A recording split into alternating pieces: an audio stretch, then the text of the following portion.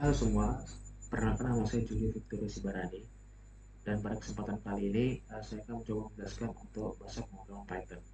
Nah, Python adalah bahasa pemrograman tingkat tinggi yang dirancang agar mudah dibaca dan pelajari. Bahasa ini banyak digunakan untuk berbagai keperluan, seperti pemrograman umum, membuat aplikasi alat bantu dan skrip otomatis, data science dan machine learning, menganalisis data, melatih model AI dan membuat prediksi, web development, membangun website dengan framework seperti Django atau Flask, otomasi menjalankan tugas berulang secara otomatis di komputer, IoT Internet of Things, mengontrol perangkat keras kecil seperti Raspberry Pi. Beberapa kelebihan Python, sintaks sederhana dan mirip bahasa manusia, cocok untuk pemula. Gratis dan open source, siapapun bisa menggunakannya.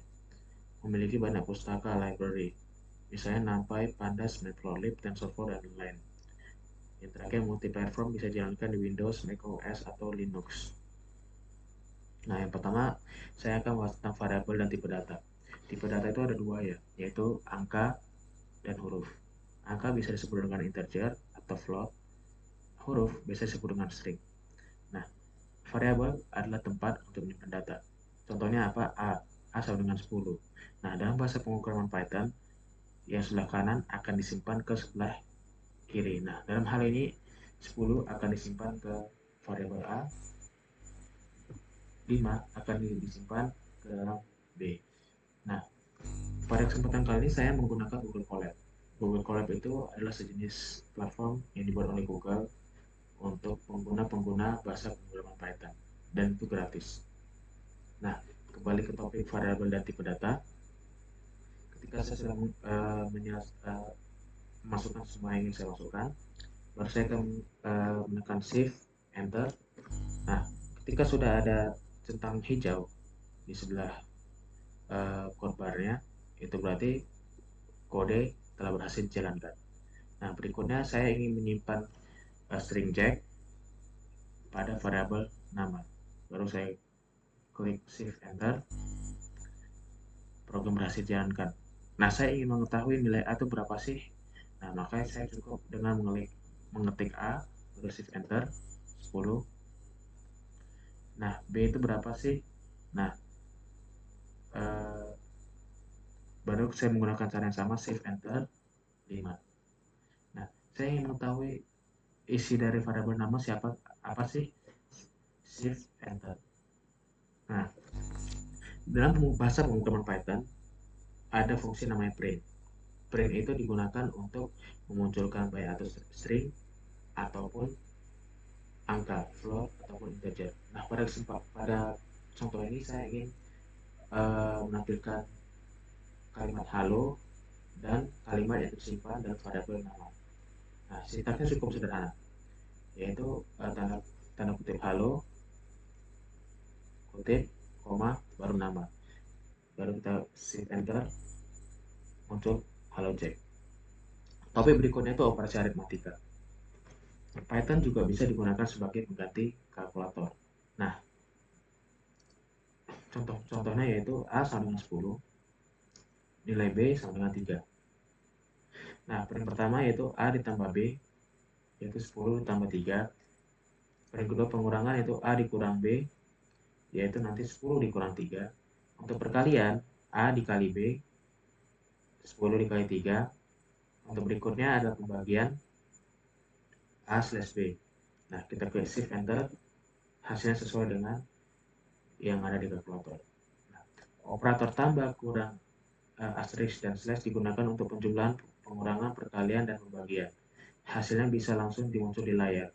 Kita juga bisa menyimpan hasil perhitungan ke dalam variabel baru. Nah, hasil sama dengan A plus B. Nah, print, kita akan memunculkan hasil sama dengan hasil daripada A slash B. Klik enter, hasilnya sama dengan 13. Bahasa pemrograman Python juga memungkinkan kita untuk masukkan inputan yang kita mau. Nah, bagaimana kalau kita ingin masukkan nama sendiri dan umur sendiri? Nah, caranya gampang. Kita ketik nama variabel yang kita mau sama dengan kita harus mengetik input. Kenapa? Karena memang sintaks Python diciptakan Seperti itu. Kalau kita ingin mengimport sesuatu, kita harus buat input, baru masuk dalam kurung, masukkan nama Anda. Berikutnya adalah umur. Integer, input, masukkan umur Anda. Kenapa harus ada integer? Ini tandanya variabel tersebut hanya mengizinkan inputnya berupa angka.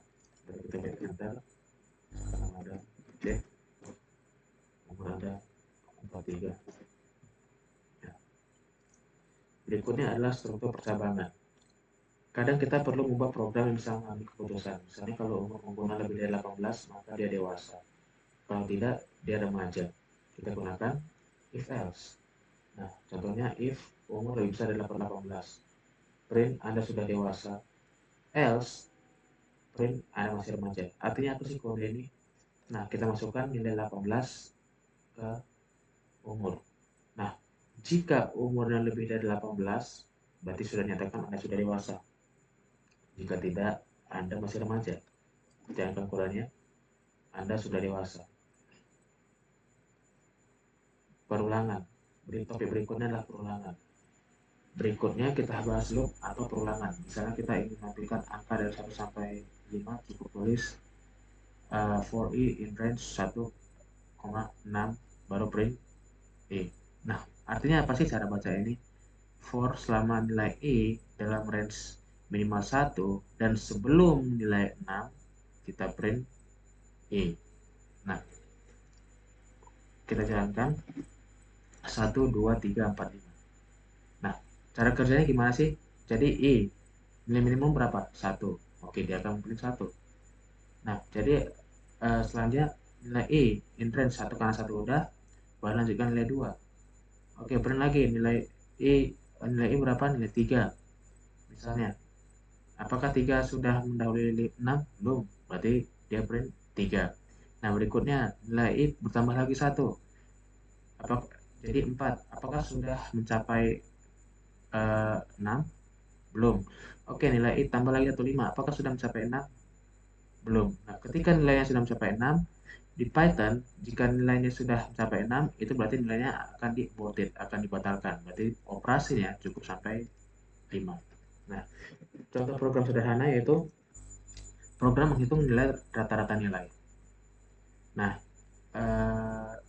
berikut sudah saya tampilkan beberapa barisnya. Saya akan menjelaskan gimana prinsip kerjanya ya. Memasukkan jumlah mata kuliah ada 5. Nilai pertama ada 80, nilai kedua ada 89, nilai ketiga ada 87, nilai keempat ada 98, nilai kelima ada 87. Nah, jadi gimana sih cara kerja kodenya? Yang pertama ada print. Print ini sebenarnya hanya untuk menampilkan string seperti program menghitung rata-rata nilai.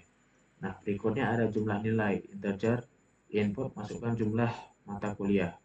Nah, jumlah nilai ini adalah variabelnya.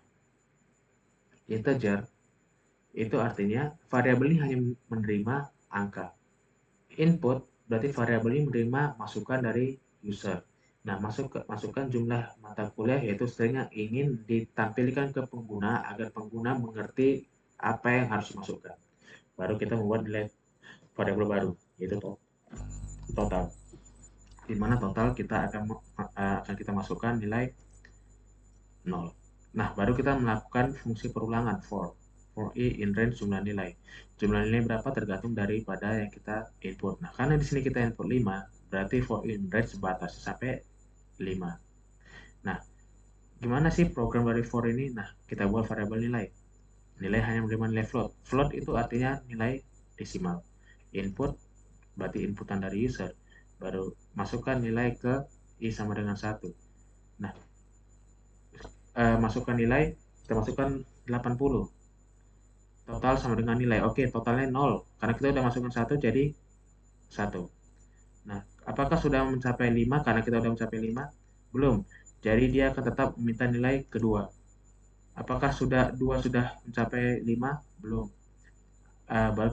Baru dia akan meminta nilai ketiga. Apakah 3 sudah sama dengan 5? Belum. Dia akan meminta nilai keempat. Nah, ketika dia nilai kelima, baru dia berarti beroperasi. Baru kita buat lagi variabel rata-rata. total dibagi jumlah nilai. Dan kita akan munculkan rata-rata nilai adalah, nah rata-rata nilai titik koma itu maksudnya 2 angka di belakang koma. Nah setelah itu kita akan menentukan apakah nilai rata-ratanya sudah mencukupi atau tidak. Jika nilai rata-rata lebih besar atau sama dengan 75, selamat Anda lulus. Jika tidak, maaf, Anda belum lulus. Kita ulangi lagi prosesnya.